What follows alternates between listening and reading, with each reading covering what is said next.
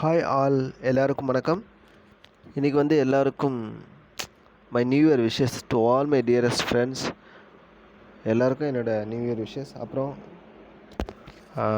இந்த நாள்லேருந்து இந்த வருடம் எல்லாருக்கும் சிறப்பாக அமைய நான் சாமிக்கிட்ட வேண்டிக்கிறேன்.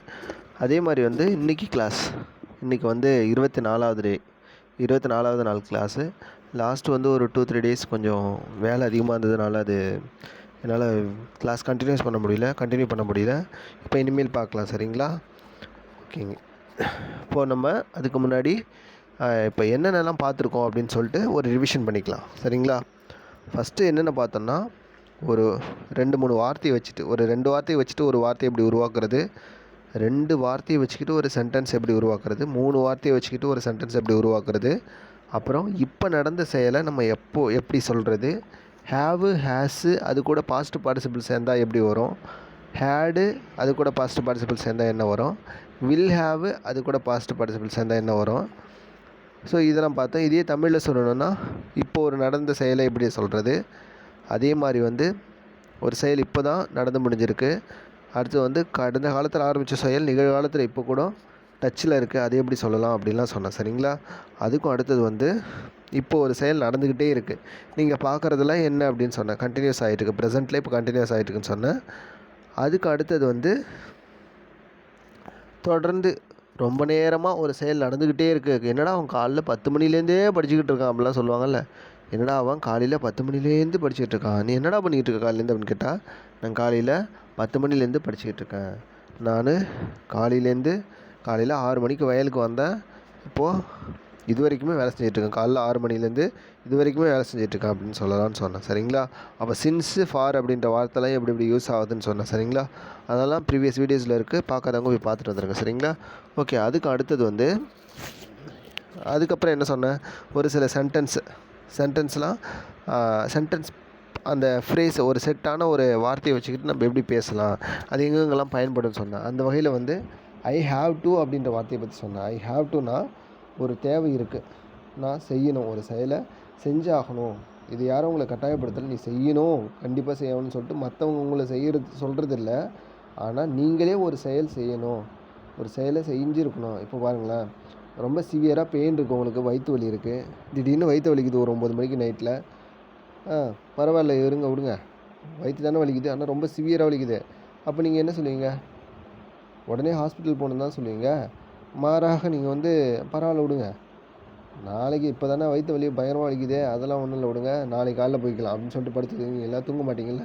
ஸோ அப்போது அந்த மிகப்பெரிய அந்த அபாய கட்டத்தை நீங்கள் நெருங்கிறதுக்கு முன்னாடியே நீங்கள் ப்ரிவென்ட் பண்ணிக்கிறீங்களா உங்களை, அந்த டைம்லலாம் ஹேவ் டு அப்படின்ற வார்த்தையை யூஸ் பண்ணலாம். ஹேவ் டுன்றது இப்போ ஒரு செயலை நான் செஞ்சாகணும் அப்படின்ற போதில் ஹேவ் டு யூஸ் ஆகும்.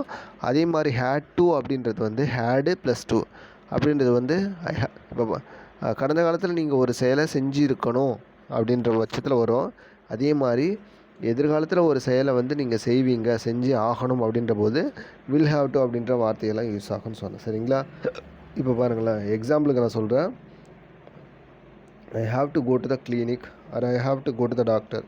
எனக்கு ரொம்ப சிவியராக வயிற்று வலிக்குது, நான் உடனே டாக்டர்கிட்ட போய் ஆகணும், சரிங்களா? அப்படி போகாமல் ஒரு 2 மணி நேரம் 3 மணி நேரம் கழிச்சு போச்சுன்னா, இன்கேஸ் இது வேறு ஏதாச்சும் ப்ராப்ளமாக இருந்துச்சுன்னா என்ன பண்ணுறது, ரொம்ப தீவிரமாகிடல, விபரீதம் விளைவுகள் அதிகமாக வந்துடும்ல.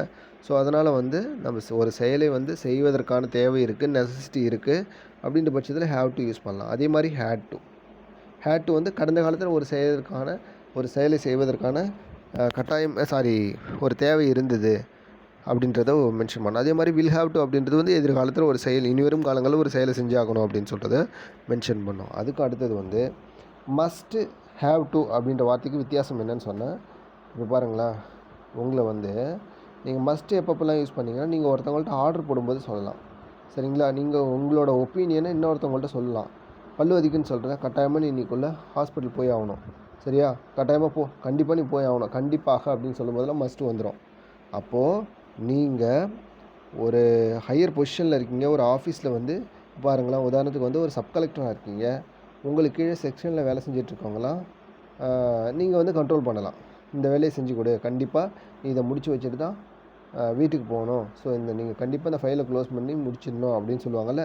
கட்டாயமாகனா நீங்கள் உங்களோட ஒப்பீனியனை மற்றவங்கள்ட்ட சொல்லும்போது நீங்கள் மஸ்ட்டு அப்படின்னு யூஸ் பண்ணலாம். ஹேவ் டு எங்கே யூஸ் பண்ணனா, நீங்கள் ஒரு செயலை செஞ்சாகணும். இதை யாரும் உங்களை கட்டாயப்படுத்த போகிறதில்ல, யாரோட ஒப்பீனியனும் வராதுங்கிறதுல.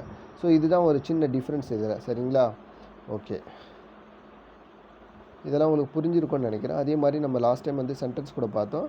அப்புறம் இன்னொரு வார்த்தை என்னன்னா, I am going to. Going to அப்படின்ற வார்த்தை must, have to, had to, will have to, going to.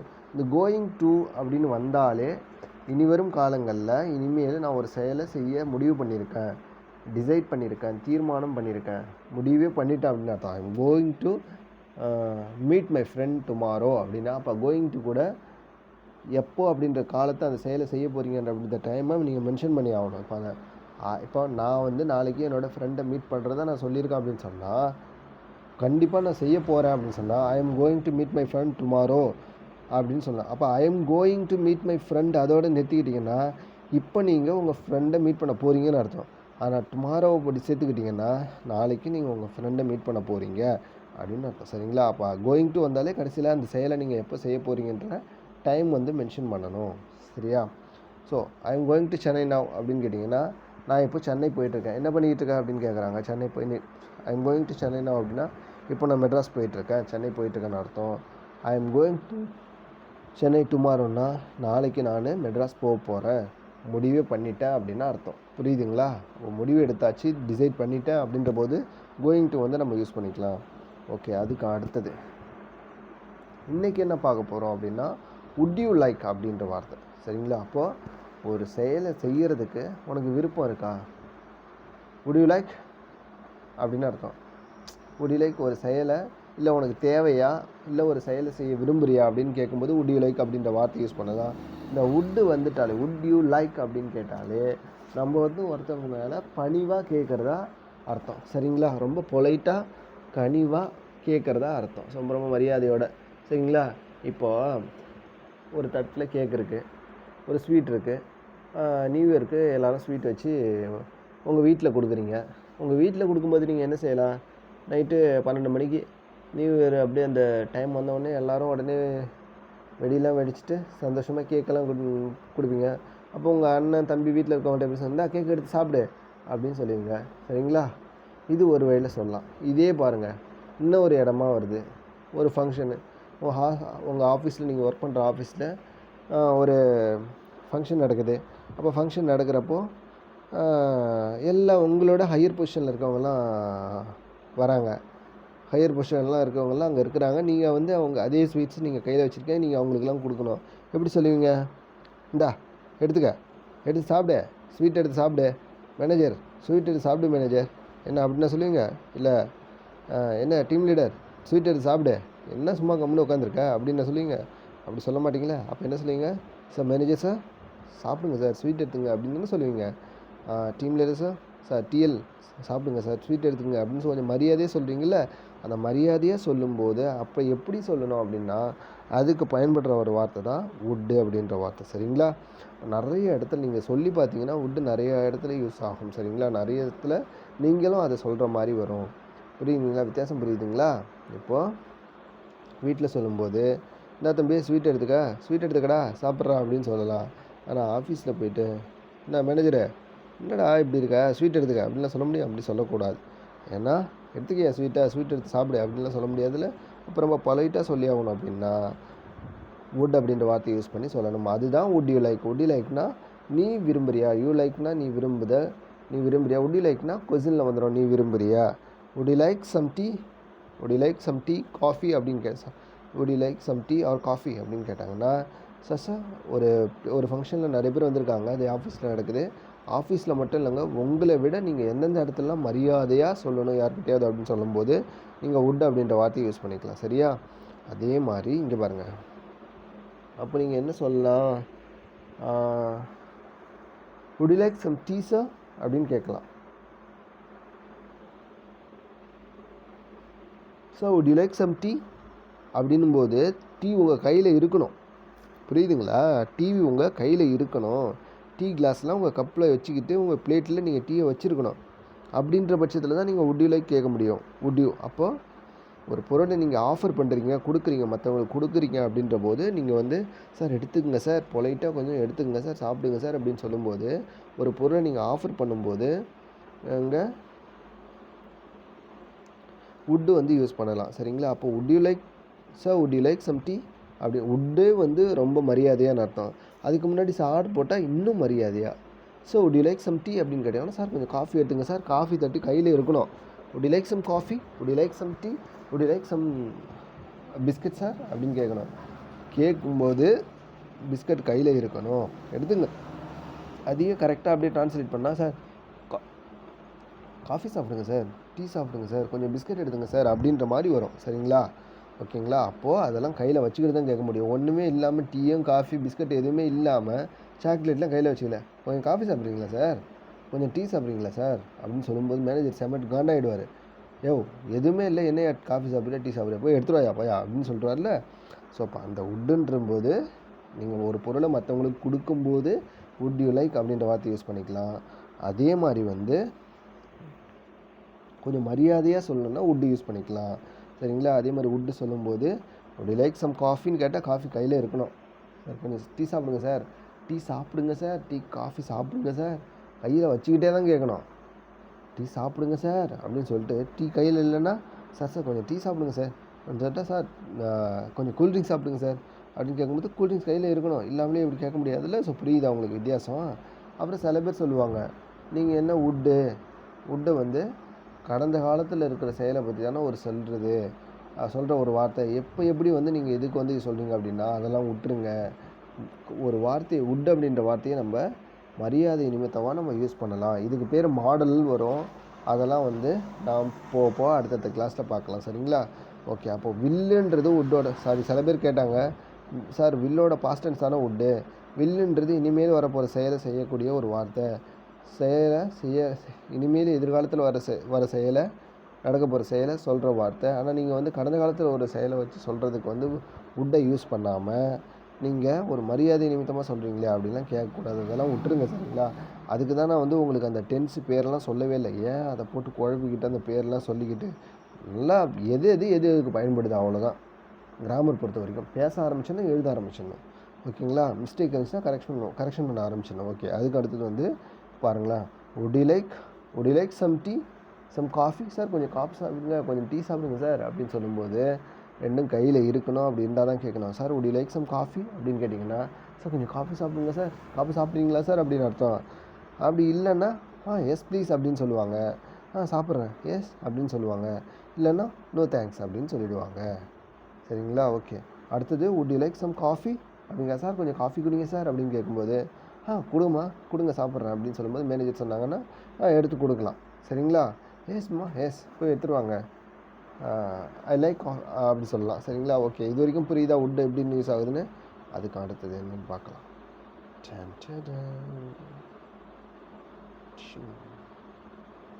Okay. அதை தான் சொன்னேன். சிலரை வந்து நான் இன்வைட் பண்ணும்போது ஒரு செயலை ஃபஸ்ட்டு என்ன சொன்னேன், நீங்கள் ஏதாவது ஒரு பொருளை கொடுக்குறீங்க. இப்போ ஒரு 10 வடை வச்சுருக்கீங்க கையில், மசால் வடை கடலை வடை வச்சுருக்கீங்க. சார் ஒரு 2 வடை எடுத்து சாப்பிட்டுங்களேன் சார், எங்கள் வீட்டிலேருந்து செஞ்சுட்டு வந்தது சூப்பராக இருக்கும். இல்லை மலாட்டை கேக் வச்சுருக்கீங்க உங்கள் வீட்டிலேருந்து செஞ்சது அப்படின்னா, ஒரு 5 மலாட்டை கேக் வச்சுட்டு, சார் கொஞ்சம் மலாட்டை கேக் எடுத்துங்க sir, please have some groundnut அப்படின்னு சொல்லலாம். பர்ஃபின்னு சொல்லுவாங்கள்ல, ஸோ அதை சொல்லலாம். சார் அப்படின்னு சொன்னால் மலாட்டை கேக் எடுத்துக்கிறீங்களா சார் அப்படின்னு கேட்கும்போது எடுத்துக்கிறேம்மா தேங்க்யூ அப்படின்னு சொல்லுவாங்க எடுத்துக்கிட்டு. ஸோ அதெல்லாம் வந்து சொல்லலாம். சரிங்களா? அதுக்கெல்லாம் வுட் அப்படின்ற வார்த்தை யூஸ் ஆகும். சரிங்களா? அதே மாதிரி டு இன்வைட், சில பேரை வந்து இன்வைட் பண்ணும்போது இங்கே வுட் அப்படின்ற வார்த்தையை யூஸ் பண்ணிக்கலாம். புரியுதுங்களா? அதே மாதிரி ஒரு செயலை செய்யலாமா, இல்லை கூப்பிடும்போது, ஒரு செயலை பண்ணும்போதோ ஒரு செயலை பண்ணும்போது ஒரு செயலை செய்யலாமா அப்படின்னு கேட்கும்போதெல்லாம் நம்ம வந்து வுட் யூஸ் பண்ணிக்கலாங்க. பாருங்களேன், இப்போ வுட் யூ லைக் டு போட்டுக்கிட்டோம். இது ஃபஸ்ட்டு வந்து வுட் யூ லைக் அப்படின்னு ஒரு வார்த்தை இருந்துச்சு.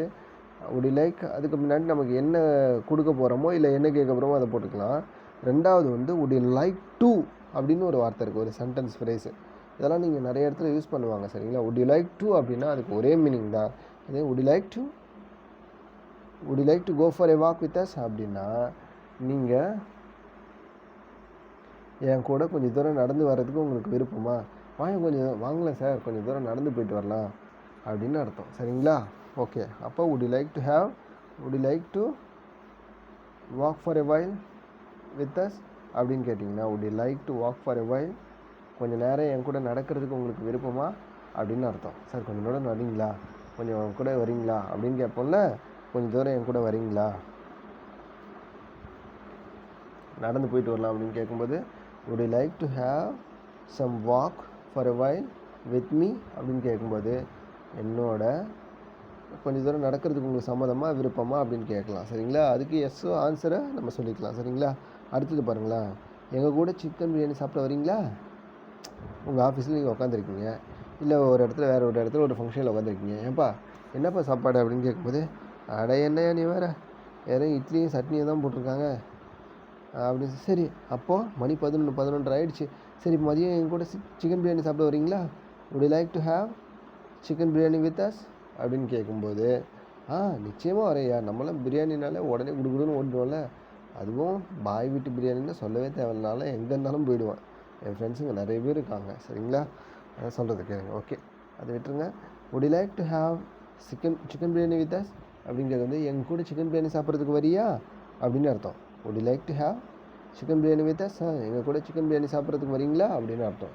சரிங்களா, அதுக்கு எஸ்னா எஸ், நோனா no. No no no no no சில பேர் சொல்லுவாங்க I don't like chicken biryani, I only like mutton biryani அப்படின்னு சொல்லுவாங்க. ஸோ அப்போல்லாம் அவங்களுக்கு அதை விட்டுடலாம். சரிங்களா, ஓகே. அதுக்கு அடுத்தது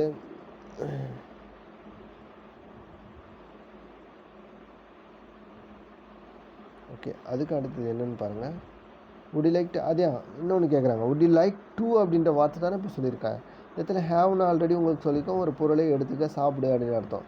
சரிங்களா, அப்போ ஐ would like to have chicken biryani with you. First would you like to have chicken biryani with as அப்படின்னு கேட்குறது, நீ உனக்கு எங்கள் கூட சிக்கன் பிரியாணி சாப்பிட்றதுக்கு விருப்பம் அப்படின்னு கேட்குறாங்க. அதுக்கு நீங்கள் பதில் என்ன சொல்லுவீங்க, yes I would like to have chicken biryani with us, உங்கள் கூட வித் யூ அப்படின்னு கேட்கும்போது உங்கள் கூட எனக்கு சிக்கன் பிரியாணி சாப்பிட்றதுக்கு ரொம்ப ஆசை.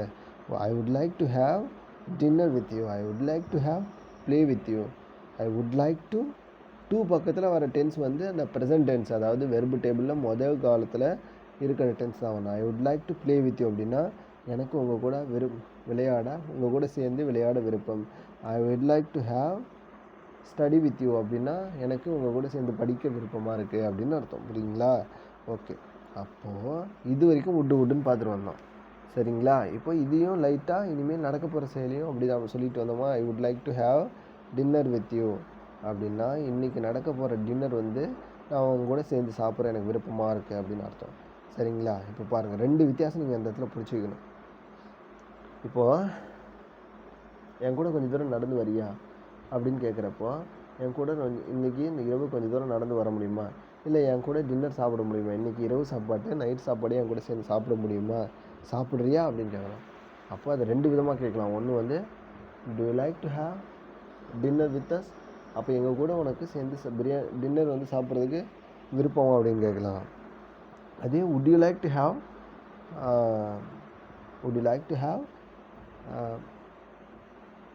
பிரியாணி வித் அஸ் அப்படின்னு கேட்கும்போது, டின்னர் வித் அஸ்ன்னு கேட்கும்போது என் கூட உங்களுக்கு டின்னர் சாப்பிட விருப்பம் அப்படின்னு ரெண்டு சென்டென்ஸு கேட்கலாம். டூ யூ லைக்னு கேட்கலாம், வுட் யூ லைக்னு கேட்கலாம். சரிங்களா, ஆனால் இந்த இடத்துல ஒரு சின்ன வித்தியாசம் நீங்கள் அதை தெரிஞ்சுக்கணும்.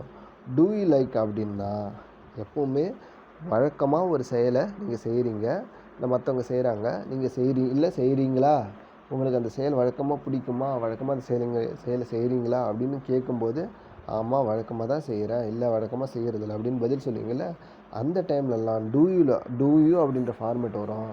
நீ ஒரு செயலை செய்கிறியா, வழக்கமாக செய்கிறியா அப்படின்ற போது டூ யூ அப்படின்ற ஃபார்மேட் வரும். அப்போ அது முழு ஃபார்மேட் வந்து டூ யூ லைக் அப்படின்னு வந்துடும். டூ யூ லைக்னா உனக்கு அந்த செயலை விருப்பமா, உனக்கு அந்த செயலை இனிமேல் சொல்ல போகிற செயலை செய்கிறதுக்கு விருப்பமா அப்படின்னு அர்த்தம். புரியுதுங்களா, அப்போ வழக்கமாக பொதுவாக இருக்கிறது இல்லையா எல்லாமே டூ யூ லைக் அப்படின்னு வச்சு கேட்கலாம். ஐ லைக் பனானாஸ்னால் எனக்கு ரொம்ப வாழைப்பழம் பிடிக்கும், வாழைப்பழம் பிடிக்கும்னா எப்போவுமே பிடிக்கும். ஐ லைக் ஆல்கஹால் அப்படின்னா எனக்கு எப்போவுமே ஆல்கஹால் பிடிக்கும். சரிங்களா, ஆனால் ஆல்கஹால்லாம் யாரும் சாப்பிடக்கூடாதுங்க. ஓகே, அதுக்கு அடுத்தது பாருங்கள், டூ யூ லைக் காஃபி அப்படின்னு கேட்குறாங்கன்னா எஸ் ஐ லைக் காஃபி, எனக்கு காஃபின்றது எப்போவுமே பிடிக்கும்ப்பா, but I don't like tea அப்படின்னா எனக்கு டீ பிடிக்காது அப்படின்னு அர்த்தம். ஓகேங்களா, ஓகே. அதுக்கு அடுத்தது வந்து அப்போது டூ யூ லைக்கும் வுட் யூ லைக்கும் வித்தியாசம் தெரிஞ்சுதுமா. ஓகே, இப்போ என்ன சொல்கிறாங்க பாருங்கள்.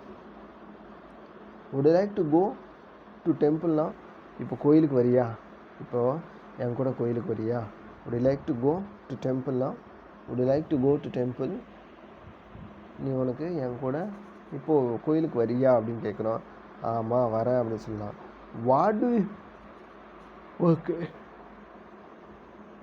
இதே வந்து வேறு கொஸ்டினில் do you like or do you have what do you like on Sundays அப்படின்னு கேட்கும்போது வழக்கமாக நீ சண்டேஸில் என்ன சாப்பிடுவ, நீ எப்போவுமே ஞாயிற்றுக்கிழமெல்லாம் உங்கள் வீட்டில் என்னடா சாட்டர்டே சண்டேயில் எடுப்பாங்க அப்படின்னு உங்கள் ஃப்ரெண்டு கேட்கும்போது எங்கள் வீட்டில் நாங்கள் மட்டன் எடுப்போம், சிக்கன் எடுப்போம், இல்லை சிக்கன் எடுக்க மாட்டோம், சீ ஃபுட்டு நிறைய எடுப்போம், ஃபிஷ் நிறைய வாங்கி சாப்பிடுவோம் அப்படின்னு சொல்லும்போது what to you like, what to you have on Sundays, இல்லை எவ்ரி சண்டேன்னு கேட்கும்போது அப்போ வழக்கமாக, அப்போ டூ யூ அப்படின்னு வந்தாலே நம்ம வழக்கமாக ஒரு செயலை நடக்க போகிற ஒரு செயலை வந்து கேள்வி கேட்குறதா அர்த்தம். சரிங்களா? ஓகே. அதுக்கு அடுத்தது வந்து இப்போது டூ யூ லைக் அப்படின்றதுக்கும் what do you like, would you like அப்படின்றதுக்கும் வித்தியாசம் உங்களுக்கு புரியுது. அப்போ நம்ம ஃபஸ்ட்டு பார்த்தோன்னா 2 வார்த்தையை வச்சுட்டு ஒரு சென்டென்ஸை பேசலாம். அதை வந்து சிம்பிள் ப்ரெசன்ட் அப்படின்னு சொல்லுவோம்னு சொன்னோம்ல. அப்போ அங்கே என்ன யூஸ் ஆகும்னு சொன்னேன் கேள்வி கேட்கும்போது, டூவும் டஸ்ஸும் யூஸ் ஆகும்ல, அதுதான். அப்போ டூ யூ லைக்ன்றது நீ ஒரு வழக்கமாக ஒரு செயலை செய்கிறியா, இல்லை வுட் யூ லைக்ன்றது இப்போது அந்த செயலை கொஞ்சம் செய்கிற செயலை மரியாதையோடு சொல்கிற மாதிரி வரும். சரிங்களா? ஓகே. அப்போ ஒரு எக்ஸாம்பிள் பாருங்களேன். ஐ லைக் சாக்லேட்ஸ் அப்படின்னு சொல்கிறாங்க. Would you like to have some chocolate, அப்போ would you like to have some சாக்லேட்னா சாக்லேட்டை கையில் வச்சுக்கிட்டு கேட்குறாங்க, தட்டில் வச்சுக்கிட்டு கேட்குறாங்க, சார் கொஞ்சம் சாக்லேட் சாப்பிடுங்க sir, would you like to have some chocolate, sir கொஞ்சம் சாக்லேட் சாப்பிட்றீங்களா அப்படின்னு கேட்கும்போது ஆமாம் சாப்பிட்றேன் அப்படின்னு சொல்லணும். புரியுதுங்களா? ஓகே. அதுக்கு அடுத்தது எஸ் ஐ லைக் தேம் அப்படின்னு அர்த்தம். ஓகே. இதுக்கு அடுத்தது கிளாஸஸ் வந்து நம்ம கண்டினியூஸாக பார்க்கலாம். கடவுளோட ஆசீர்வாதத்தோடு நம்ம இனிமேல் வந்து எந்த பிரேக்கும் வரக்கூடாது. அதே மாதிரி சாமி வேண்டிக்கிறோம். ஓகே. அதுக்கு அடுத்தது வந்து இனிமேல் போக போக கிளாஸ் வந்து நம்ம இந்த சென்டென்ஸ் வந்து நம்ம ப்ரீஃபாக சொல்லிக்கிட்டே போகிறோம். சரிங்களா? சரி, ஓகே. ரொம்ப நன்றி. நெக்ஸ்ட் கிளாஸில் மீட் பண்ணலாம். பாய், டேக் கேர். எனக்கு மறுபடியும் சொல்கிறேன், எல்லாருக்கும் இனிய புத்தாண்டு நல்வாழ்த்துக்கள். பாய்.